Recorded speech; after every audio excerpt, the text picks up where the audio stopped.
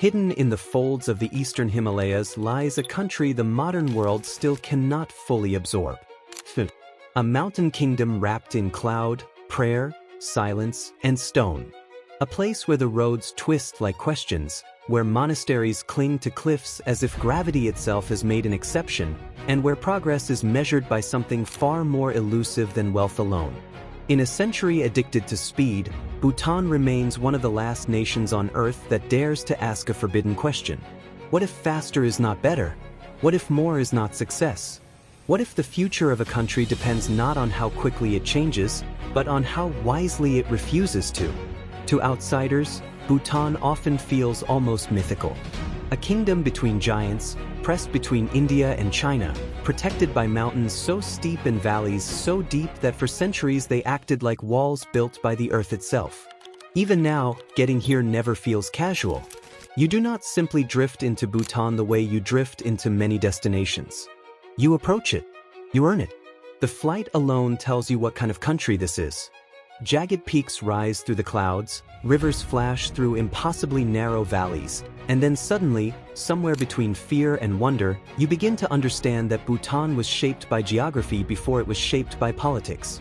The Bhutanese call their country Druk Yul, the land of the thunder dragon. It is a name that sounds like legend, but in Bhutan, legend and landscape have always lived close together. Thunder rolls through high valleys. Wind moves across ridgelines thick with pine and rhododendron. Prayer flags snap in the cold air like messages being carried uphill toward another world.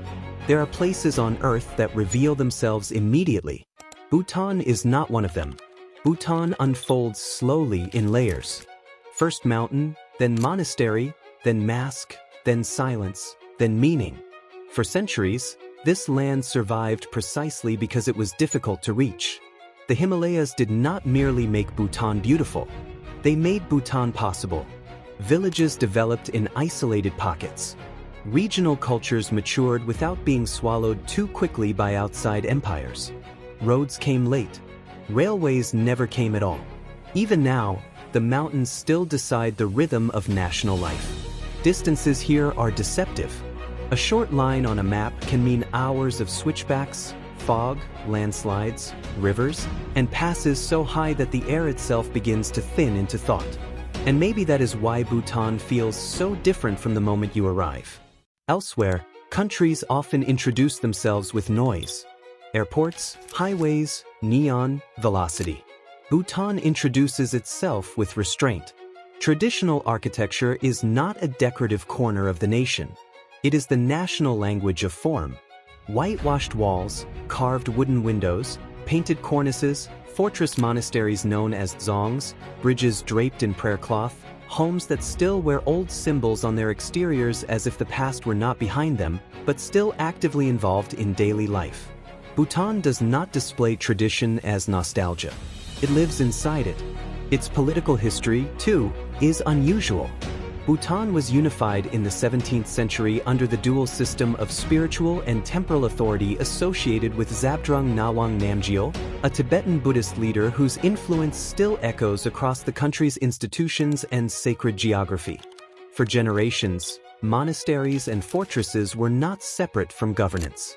In Bhutan, the state was never imagined as merely administrative. It was moral, ritual, territorial, and symbolic all at once. The dzong was where law met prayer, where authority met devotion, where mountain and kingdom shook hands. Then, in the modern era, Bhutan did something even rarer. It opened selectively. It modernized carefully. It became a constitutional monarchy in 2008, but without surrendering its instinct for self-protection. In a global landscape where development is often described as a race, Bhutan chose something closer to choreography. Not no change, but measured change. Not rejection of the world, but controlled contact with it. This instinct appears everywhere, from architecture rules to conservation laws to tourism policy. Bhutan has never wanted to become a theme park for outsiders or a copy of somewhere else. It wants to remain recognizably itself. And perhaps nowhere is that clearer than in the way Bhutan has built its global identity around an idea almost nobody else would dare place at the center of governance: gross national happiness. The phrase is famous now, often repeated, often simplified, sometimes mocked by people who hear it and assume it is a slogan. But in Bhutan, it points to something more radical than branding. It suggests that a country should not judge itself by production alone. That culture, mental well-being, ecology, community, and spiritual balance matter. The World Bank notes that gross national happiness remains an overarching national priority, even as Bhutan navigates modern economic pressures and reforms. In other words, Bhutan has tried to write policy around a philosophical rebellion, that human flourishing cannot be measured by money alone. Of course, ideals become most meaningful when they must survive reality. And Bhutan's reality is neither simple nor frozen in perfection. This is a lower middle-income country with a small population, narrow valleys, climate vulnerability, youth employment pressures, and an economy deeply shaped by hydropower, tourism, and trade with India. But the remarkable thing is not that Bhutan has problems. Every nation does. The remarkable thing is that even while confronting those problems, it has tried to ask better questions about what development is for. It has connected almost all households to clean, renewable electricity. It has reduced poverty dramatically. It graduated from the United Nations list of least developed countries in late 2023. And through all of this, it has tried not to trade away the soul of the country for speed alone. World Bank. That soul becomes tangible when you enter Paro Valley, where one of the most iconic sites in the Himalayas waits on a cliff face like a vision. Paro Texing. The Tiger's Nest Monastery.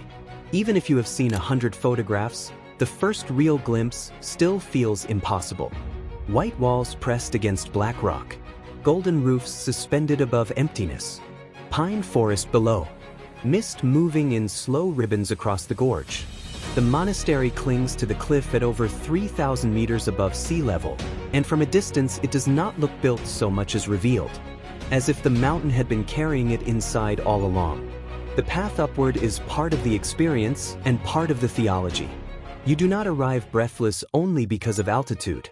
You arrive breathless because the place has been designed to separate everyday thought from something harder to name.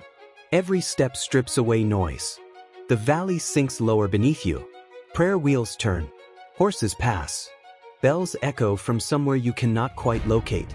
And then at last the monastery fills your vision, not as a monument to power, but as a monument to concentration.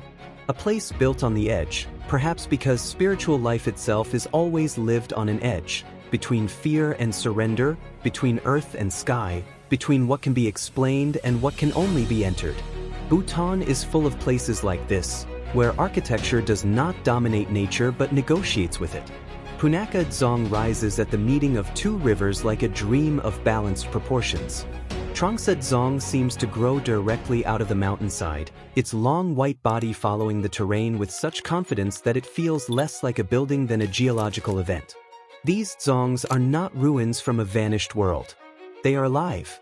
They still contain monks, offices, rituals, festivals, documents, memory, power. They are among the clearest expressions of what makes Bhutan distinct, the refusal to separate beauty from function, or governance from sacred space. And then there is Thimphu, the capital, which confounds almost every expectation visitors bring with them. It is a capital city, yes, but not in the way global urbanism has trained us to imagine capitals. There are offices, schools, cafes, government buildings, apartment blocks, and all the signs of a nation negotiating modern life. But there is also restraint, height limits, traditional design motifs, a skyline that still bows to surrounding slopes. Even where traffic thickens, mountains remain in sight. It is one of the few capitals where urban life still feels visibly subordinate to terrain. In Bhutan, mountains are never just background. They are participants. They dictate road alignments, settlement density, climate zones, agriculture, isolation, risk, and imagination. From subtropical lowlands in the south to alpine reaches in the north, the country compresses extraordinary ecological diversity into a relatively small space. Drive a few hours and the vegetation can change dramatically. Rice terraces give way to blue pine. Pine gives way to fir. Fir gives way to scrub, snow, and silence. The Himalayas here are not a scenic border. They are a living vertical world. This verticality explains much about Bhutanese life. Why communities historically remained distinct. Why dialects and customs vary from valley to valley. Why travel used to mean pilgrimage, not convenience. Why distance here was always measured not only in kilometers, but in effort. It also explains why Bhutan has preserved so much forest. More than 70% of the country remains under forest cover, and the constitution mandates that at least 60% of Bhutan's total land remain forested for all time. Few countries have written ecological restraints so directly into their national law. It is one reason Bhutan is often described as carbon negative, a phrase that sounds almost unreal in an age when so many nations struggle even to slow ecological decline. World Bank WWF. But again, Bhutan's environmental identity is not only about policy. It is also about worldview. In much of the country, nature is not imagined as a neutral resource waiting to be extracted. Mountains, lakes, forests, and cliffs often carry spiritual significance. Certain peaks remain unclimbed not because nobody could market an expedition, but because some summits are considered too sacred to treat as trophies. This may seem strange to a modern culture trained to believe that value comes from conquest, access, and conversion into experience. Bhutan proposes something else, that reverence can be a form of intelligence. That does not mean Bhutan is anti-modern. Far from it. Mobile phones ring here. Students study abroad. Young people stream global music, wear sneakers, and navigate the same digital anxieties found almost everywhere. Roads are being improved. Hydropower remains central to the economy. Tourism brings income and outside attention. The point is not that Bhutan has escaped modernity. The point is that it is still trying to negotiate with it on its own terms. This is especially visible in tourism. Bhutan long became known for its high-value, low-volume approach, not because it despises visitors, but because it fears what uncontrolled tourism can do to fragile cultures and ecosystems. The country uses a sustainable development fee framework to ensure tourism contributes directly to preservation and national well-being rather than simply flooding the kingdom with cheap traffic. That choice has made Bhutan seem exclusive to some, admirable to others, and puzzling to many. But it reveals something fundamental about the Bhutanese instinct. Entry should have consequences, and beauty should not be protected only after it has already been damaged. And maybe that is why Bhutan still feels so rare. Not merely because it is beautiful, though it is. Not merely because it is mountainous, though it is. But because it is one of the few countries that has openly attempted to slow the world down at its own border. To say, in effect, you may enter, but you may not consume us at the speed you consume everything else. The deeper you travel through Bhutan, the more this becomes visible in ordinary life. In the national dress still worn in schools, offices, and public settings. In the way homes are painted with symbols that carry layers of protection, humor, fertility, or ritual meaning. In the rhythm of village mornings, where smoke rises quietly and fields catch the first light. In the fact that archery is not merely a sport but a social performance wrapped in chanting, teasing, concentration, and celebration. In the festivals where masked dancers turn courtyards into theaters of cosmology, memory, morality, and motion. These Chekis, the great religious festivals of Bhutan, are among the most vivid moments in the national calendar. Monks and lay performers appear in extraordinary masks, brocades, boots, and layered robes, transforming open space into ritual drama. To a visitor, it can seem like spectacle. And it is spectacular, but it is also instruction, protection, community, theater as spiritual transmission, dance as doctrine made visible. In a country like Bhutan, tradition is not preserved by locking it in glass. It survives by being performed again and again, in bodies, in seasons, in public memory. Yet for all its symbolism, Bhutan is not a museum. It is not a frozen kingdom outside history. It faces migration from rural areas to towns. It faces youth unemployment. It faces the temptation every small nation faces, to believe that survival depends on imitating larger ones. It faces climate change in a terrain where climate is not abstract. Glaciers matter here. Rivers matter here. Slopes matter here. The melting of high mountain ice is not only a global headline. It is a practical threat tied to water systems, flooding, agriculture, and hydropower. To speak of Bhutan's serenity without speaking of its vulnerability would be to miss half the story. And vulnerability is part of what makes the country moving. Because Bhutan's beauty is not effortless. It is maintained, negotiated, defended. The forests endure because they are protected. The culture survives because people continue to choose it. The architecture remains coherent because somebody said no to uglier alternatives. The country's atmosphere of calm exists not because history forgot Bhutan, but because Bhutan has repeatedly tried to keep history from rushing it too brutally. Sometimes this struggle appears in places where tradition and modern aspirations stand side by side without fully resolving each other. A monastery on a ridge above a valley threaded with roads and telecom towers. Young civil servants in national dress carrying smartphones. Schoolchildren learning both Buddhist values and global career vocabulary. A cafe serving espresso beneath painted beams that preserve forms centuries old. These contrasts do not weaken Bhutan's identity. They reveal it. Identity is not proven when it exists in isolation. It is proven when it survives contact. Travel farther and the country opens into landscapes that feel almost secret. High passes draped in prayer flags where the wind never seems to stop speaking. Valleys so green and enclosed they appear edited for emotion. Villages of timber and stone where dogs sleep in the road and farmers move slowly across terraces shaped by generations. In winter, black-necked cranes return to certain valleys, their arrival treated with reverence and delight.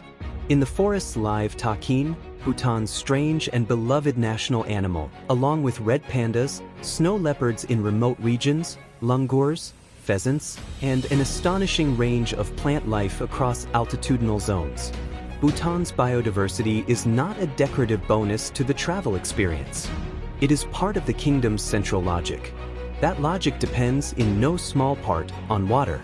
Bhutan's rivers descend violently from the mountains, cutting through valleys with tremendous force. For centuries, they shaped settlement and agriculture.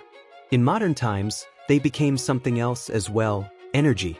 Hydropower is one of the central engines of the Bhutanese economy.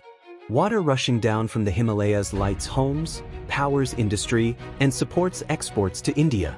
In this sense, Bhutan has built part of its national future not by burning ancient carbon, but by directing altitude itself. Still, the kingdom's economic story is not as simple as green energy and happiness. Dependence on a few sectors creates fragility. A small domestic market limits scale. External shocks travel fast through a small economy. And the very policies that protect Bhutan's uniqueness can also make rapid growth harder. This is the paradox at the center of the country. The things that preserve its soul are not always the things that maximize conventional expansion. Bhutan lives inside that tension every day. Maybe that is why the country fascinates so many people far beyond South Asia. Not because it claims perfection. It does not. But because it presents a rare experiment in values. It asks whether a state can remain modern without becoming spiritually thin. Whether ecological protection can be constitutional rather than ornamental. Whether culture can guide policy rather than simply decorate it afterward. Whether citizens can inherit more than GDP graphs. Whether a country can still believe that restraint is not failure. Of course, outsiders often romanticize Bhutan. They see only monks, mountains, and prayer flags. They turn the country into a fantasy of purity, as if it were a place untouched by contradiction. That is a mistake. Bhutan is not pure. No country is. It has bureaucracy, inequality, political complexity, generational change, and all the messy negotiations that make real societies real. But the romantic instinct exists for a reason. There is something undeniably powerful about a nation that did not rush to flatten itself into global sameness. And perhaps the best place to feel that is on the road. In Bhutan, roads are never just infrastructure. They are theater. Every bend reveals another possibility, A fortress on a spur, a valley floor lit like a bowl of green fire, a line of schoolchildren, a cloud entering a forest, a Chorten standing alone against distance. Travel here cannot be separated from looking, and looking cannot be separated from patience. You begin to realize that Bhutan's greatest luxury is not opulence. It is tempo. At dawn, the country can seem almost impossibly composed. The mountains emerge gradually from shadow. Rooflines sharpen. Monasteries catch the first gold. Dogs bark somewhere below. Incense smoke thins into the cold air. Prayer flags start moving before the villages fully wake. It is in these moments that Bhutan feels least like a destination and most like an argument. An argument that another pace of life is possible. That silence is not emptiness. That enough can be meaningful.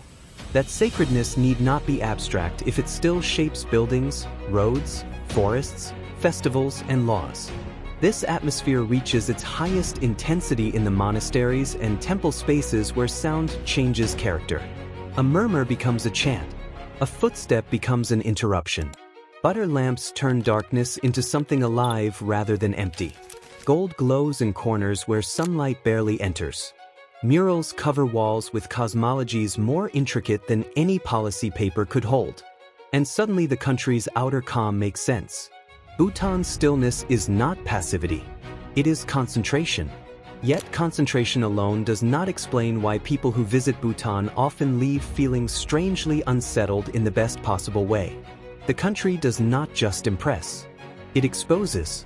It makes many visitors feel the violence of their own normal rhythm. The speed with which they usually move, the amount of noise they accept as standard, the automatic assumption that growth, convenience, and access must always be expanded. Bhutan does not preach against these things explicitly. It simply embodies another arrangement strongly enough to make comparison unavoidable. There are countries that overwhelm you with spectacle, and countries that seduce you with pleasure. Bhutan does something rare. It reorders your inner scale of value, at least for a while. You begin by admiring it, but if you stay attentive, you end by questioning yourself. Why does slowness feel so radical?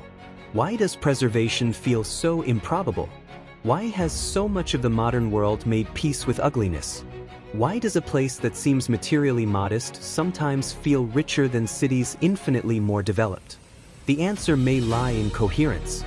Bhutan, despite all its contradictions, still retains a degree of civilizational coherence that many modern societies have lost. Its architecture resembles its values. Its tourism resembles its caution. Its conservation resembles its legal framework. Its spirituality resembles its public symbolism. Even where these relationships are under strain, they remain legible. The country still knows how it wants to appear to itself. And that is no small thing, because when a nation loses that ability, it begins to scatter. Its cities become generic. Its landscapes become disposable. Its customs become costumes. Its memory becomes marketing. Bhutan has not escaped these risks forever. No country can, but it has delayed them, negotiated them, and in some cases actively resisted them. That alone makes it extraordinary. There is also courage in being a small country with a strong sense of civilizational self-respect. Bhutan does not dominate global headlines. It does not command huge armies or giant markets. It cannot force the world to pay attention. And yet it has managed to become globally recognizable through something much less common than power: moral distinctiveness. People know Bhutan not because it conquered anything, but because it tried, however imperfectly, to defend a certain idea of balance. Stand once more beneath the cliffs of Paro Taksang, or watch evening settle over Punakha, or listen to a monk's horn roll across a cold valley, and that distinctiveness becomes more than intellectual. It becomes emotional. You feel the fragility of places like this. How easily they could be simplified, sold, copied, drained, sped up. And you understand that Bhutan's greatest achievement may not be that it has preserved old monasteries or thick forests, but that it has preserved an alternative imagination of what a country is for. Not a machine for endless accumulation. Not a platform for unlimited extraction. Not merely a market enclosed by borders. but a habitat for meaning, for continuity, for spiritual seriousness, for beauty with limits, for development that still remembers the human nervous system, for forests that are not apologizing for surviving, for rivers that are still allowed to matter, for mountains that are not only scenery, but teachers. This is why Bhutan lingers in the mind long after travelers leave. Not because it is untouched, but because it is still trying to touch the world without being consumed by it. Not because it is perfect, but because it is principled. Not because it rejects change, but because it insists that change answer to something deeper than appetite. In an age when everywhere is becoming accessible, optimized, documented, accelerated, and flattened into content, Bhutan still feels difficult in the best sense. Difficult to reach, difficult to hurry through, difficult to reduce, difficult to forget. The kingdom demands a more patient form of seeing, and in return it offers something increasingly rare, not just beauty, but orientation. So what is Bhutan really? A Himalayan monarchy, a constitutional state, a Buddhist kingdom, a carbon-negative country, a hydropower economy, a careful gatekeeper of tourism, a place of dzongs, forests, passes, valleys, festivals, and cliffs. All of that is true, but none of it is enough. Bhutan is also a reminder that a nation can still choose character over speed, that mountains can still defend meaning, that modernity does not have to arrive as erasure, that happiness, however contested the phrase may be, is at least worthy of entering the national conversation, that a small country can ask a giant question on behalf of the rest of the world. What are we hurrying toward? And what have we already sacrificed to get there? Perhaps that is why Bhutan matters so much beyond its borders. Because this mountain kingdom is not only protecting itself, it is holding open a possibility for all of us. The possibility that development can still have a conscience. The possibility that progress can still kneel before beauty. The possibility that a society can still leave some space in its bloodstream for silence. And when the clouds close over the ridges, when the prayer flags blur into color and wind, when the last light fades from the monastery walls and the valleys begin to darken, Bhutan seems to say something the modern world has almost forgotten how to hear.